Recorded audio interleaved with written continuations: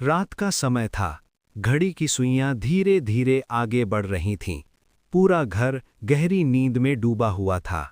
दीवार पर टंगी घड़ी ने जैसे ही 12 बजाए, कमरे में एक अजीब सी खामोशी फैल गई। हर तरफ सन्नाटा था। सिर्फ घड़ी की टिक टिक सुनाई दे रही थी।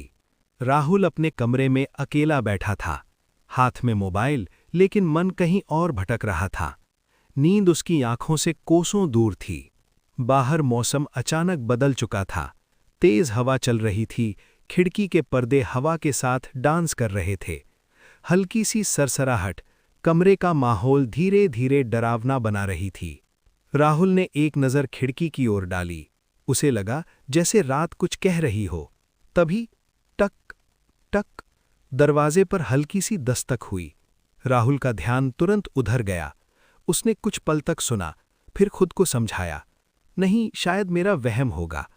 वो फिर मोबाइल देखने लगा, लेकिन उसका दिल अब शांत नहीं था। कुछ सेकंड बीते ही थे कि टक टक टक।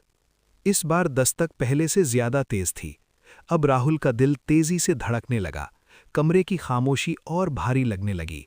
उसके मन में अजीब अजीब ख्याल आने लगे। इस समय दरवाजे पर कौन हो सकता है? सब तो सो चुके हैं। उसने हिम्मत जुटाई, धीरे धीरे बिस्तर से उठा। उसके कदम भारी लग रहे थे। हर कदम के साथ डर बढ़ता जा रहा था। वो दरवाजे के करीब पहुंचा, हाथ आगे बढ़ाया, लेकिन हाथ कांप रहा था। कुछ पल के लिए वो ठहर गया, सांसें तेज, दिल जोर जोर से धड़कता हुआ, और फिर उसने दरवाजा खोल दिया। दरवाजा धीरे धीरे चर्र की आवाज के साथ खुला। राहुल ने बाहर झांक कर देखा। कॉरिडोर खाली था, कोई नहीं। पूरा घर बिल्कुल शांत। अब डर के साथ साथ उलझन भी बढ़ गई। तो फिर दस्तक किसने दी?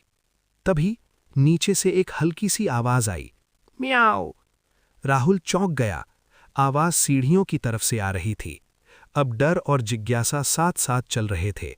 वो सावधानी से नीचे उतरने लगा। हर सीढ़ी पर कदम रखते हुए घर की खामोशी और गहरी लग रही थी।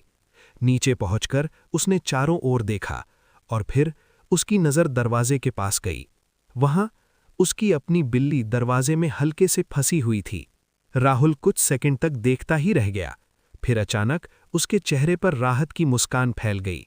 जिसे वो अब तक भूत समझ रहा था, असल में वो तो उसकी शरारती बिल्ली थी, जो रात में बाहर घूम कर आई थी और वापस अंदर आने की कोशिश में दरवाजे से टकरा रही थी। राहुल हल्का सा हंसा और डर धीरे धीरे गायब हो चुका था।